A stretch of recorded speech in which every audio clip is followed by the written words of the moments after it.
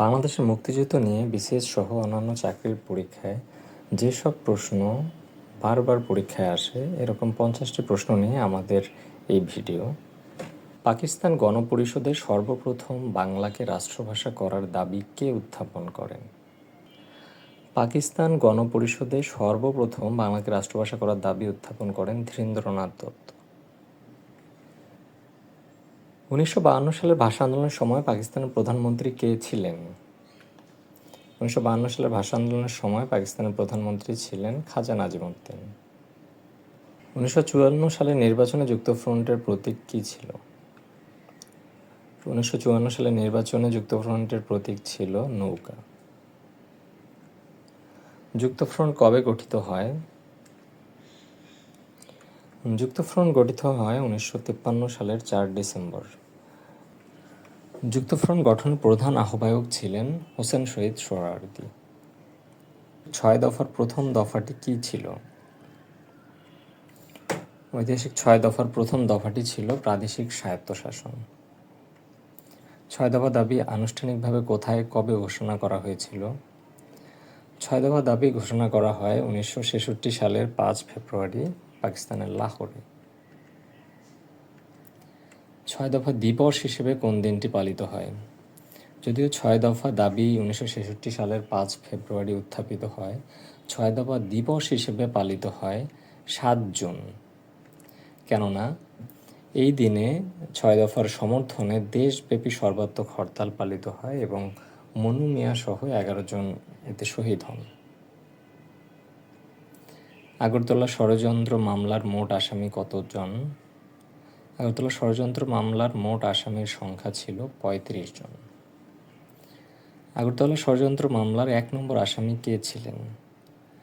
1 নম্বর আসামি ছিলেন বঙ্গবন্ধু শেখ মুজিবুর রহমান। পাকিস্তানি সরকার কোন তারিখে আগরতলা ষড়যন্ত্র মামলা প্রত্যাহার করতে বাধ্য হয়? ব্যাপক আন্দোলনের মুখে পাকিস্তানি সরকার 1969 সালের 22 ফেব্রুয়ারি আগরতলা ষড়যন্ত্র মামলা প্রত্যাহার করতে বাধ্য হয়। 1969 সালের গণ-অভ্যুত্থানের সময় ঢাকা বিশ্ববিদ্যালয়ের কোন ছাত্রনেতা শহীদ হন? 1969 সালের গণ-অভ্যুত্থানের সময় শহীদ হন ঢাকা বিশ্ববিদ্যালয়ের ছাত্রনেতা আমানুল্লাহ মোহাম্মদ আসাদ। তার নামানুসারে ঢাকায় আসাদ গেটের নামকরণ করা হয়। 1969 সালের গণ-অভ্যুত্থানের শহীদ ডক্টর শামসুজ্জোহা কোন বিশ্ববিদ্যালয়ের শিক্ষক ছিলেন? ডক্টর শামসুজ্জোহা ছিলেন রাজশাহী বিশ্ববিদ্যালয়ের রসায়ন বিভাগের অধ্যাপক। তিনি 18 ফেব্রুয়ারি 1969 সালে ছাত্রদের বাঁচাতে গিয়ে পাকিস্তানি সেনাদের গুলিতে শহীদ হন। মুক্তিযুদ্ধের প্রধান সেনাপতি কে ছিলেন? মুক্তিযুদ্ধের প্রধান সেনাপতি ছিলেন জেনারেল আতাউল গনি ওসমানী। বাংলাদেশের স্বাধীনতার ঘোষণাপত্র গৃহীত হয় কবে? 1971 সালের 10 এপ্রিল, যেদিন মুজিবনগর সরকার গঠিত হয়, সেদিনই বাংলাদেশের স্বাধীনতার ঘোষণাপত্র গৃহীত হয় এবং কার্যকর হয় 26 মার্চ 1971 সাল থেকে। মুজিবনগর সরকারের প্রধানমন্ত্রী কে ছিলেন? মুজিবনগর সরকারের প্রধানমন্ত্রী ছিলেন তাজউদ্দিন আহমেদ। মুজিবনগর সরকারের অর্থমন্ত্রী কে ছিলেন? মুজিবনগর সরকারের অর্থমন্ত্রী ছিলেন ক্যাপ্টেন এম মনসুর আলী। স্বাধীন বাংলা বেতার কেন্দ্র প্রথম স্থাপিত হয় কোথায়? স্বাধীন বাংলা বেতার কেন্দ্র স্থাপিত হয় চট্টগ্রামের কালুরঘাটে। চরমপত্র কে পাঠ করতেন? স্বাধীন বাংলা বেতার কেন্দ্র থেকে একটি অনুষ্ঠান প্রচার করা হতো যেটির নাম ছিল চরমপত্র। এই চরমপত্র পাঠ করতেন এম আর আক্তার মুকুল। মুক্তিযুদ্ধের সময় বাংলাদেশকে কয়টি সেক্টরে ভাগ করা হয়েছিল? মুক্তিযুদ্ধের সময় বাংলাদেশকে 11টি সেক্টরে বিভক্ত করা হয়েছিল। ঢাকা শহর মুক্তিযুদ্ধের সময় কত নম্বর সেক্টরের অধীনে ছিল? ঢাকা শহর মুক্তিযুদ্ধের সময় 2 নং সেক্টরের অধীনে ছিল। মুক্তিযুদ্ধের সময় কোনো নিয়মিত সেক্টর কমান্ডার ছিল না কোন সেক্টরে? মুক্তিযুদ্ধের সময় 10 নম্বর সেক্টরে কোনো নিয়মিত সেক্টর কমান্ডার ছিল না, এটি পরিচালিত হতো নৌ কমান্ডো দ্বারা। এবং এই নৌ কমান্ডো দ্বারা যে অভিযান পরিচালিত হয়েছিল এটাকে বলা হতো অপারেশন জ্যাকপট। প্রথম কোন জেলা শত্রুমুক্ত হয়? প্রথম শত্রুমুক্ত হয় যশোর জেলা 6 ডিসেম্বর 1971 সালে। মুক্তিযুদ্ধে বীরত্বসূচক খেতাব কয়টি ও কী কী? মুক্তিযুদ্ধে বীরত্বসূচক খেতাব 4টি: বীরশ্রেষ্ঠ, বীর উত্তম, বীর বিক্রম ও বীর প্রতীক। বীরশ্রেষ্ঠ হামিদুর রহমানের গ্রামের বাড়ি কোথায়? বীরশ্রেষ্ঠ হামিদুর রহমানের গ্রামের বাড়ি ঝিনাইদহ জেলায়। ইপিআর, ইস্ট পাকিস্তান রাইফেলস, যেটি বর্তমানে বিজিবি বা বর্ডার গার্ড বাংলাদেশ, বিজিবি থেকে কতজন বীরশ্রেষ্ঠ খেতাব পেয়েছেন? 2 জন। একজন হলেন ল্যান্স নায়ক নূর মোহাম্মদ শেখ এবং আরেকজন হলেন ল্যান্স নায়ক মুন্সি আব্দুর রউফ। নৌবাহিনীর একমাত্র বীরশ্রেষ্ঠ রুহুল আমিনের পদবি কী ছিল? নৌবাহিনী থেকে একজনই বীরশ্রেষ্ঠ ছিলেন, তিনি হলেন রুহুল আমিন। তার পদবি ছিল ইঞ্জিন রুম আর্টিফিসার। বীরশ্রেষ্ঠদের মধ্যে প্রথম কে শহীদ হন? প্রথম শহীদ হন ল্যান্স নায়ক মুন্সি আব্দুর রউফ, যিনি 8 এপ্রিল 1971 সালেই মারা যান।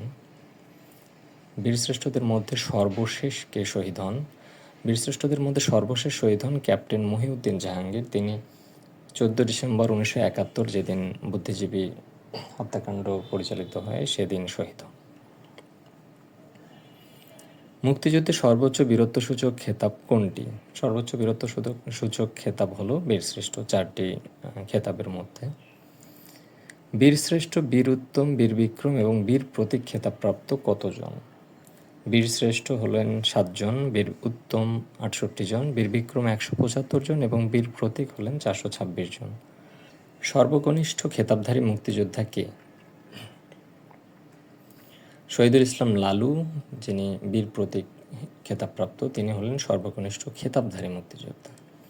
1971 সালের 25 মার্চ পাকিস্তানি সেনাবাহিনীর বর্বর গণহত্যার সাংকেতিক নাম কী ছিল? 25 মার্চ যে হত্যাকাণ্ড চালানো হয় সেটিকে বলা হয় অপারেশন সার্চলাইট।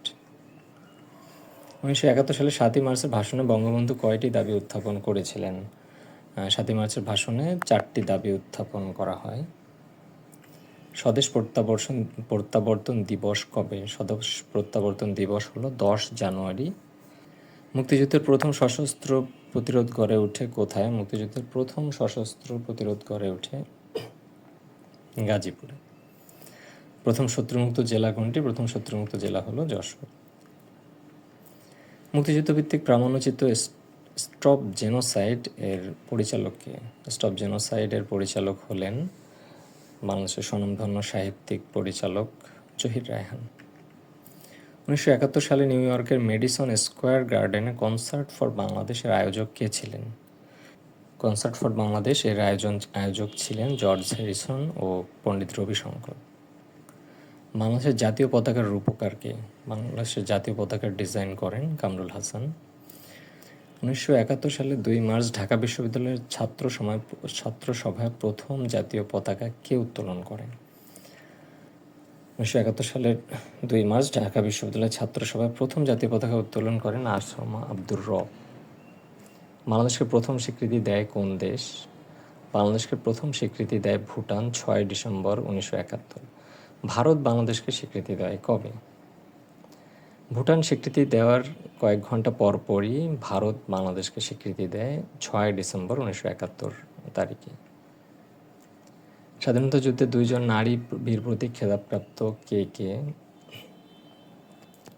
বাংলাদেশের স্বাধীনতা যুদ্ধে নারী বীর প্রতীক খেতাব পান মাত্র 2 জন নারী।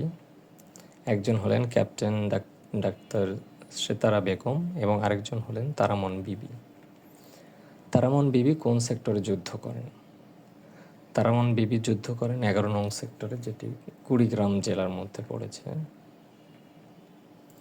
ক্যাপ্টেন সেতারা বেগম কোন সেক্টরে যুদ্ধ করেন? ক্যাপ্টেন সেতারা বেগম 2 নম্বর সেক্টরে, যেটির মধ্যে রয়েছে ঢাকা। মুক্তিযুদ্ধের সময় লন্ডন হাইকমিশনে বাংলাদেশের পতাকা প্রথম কে উত্তোলন করেন?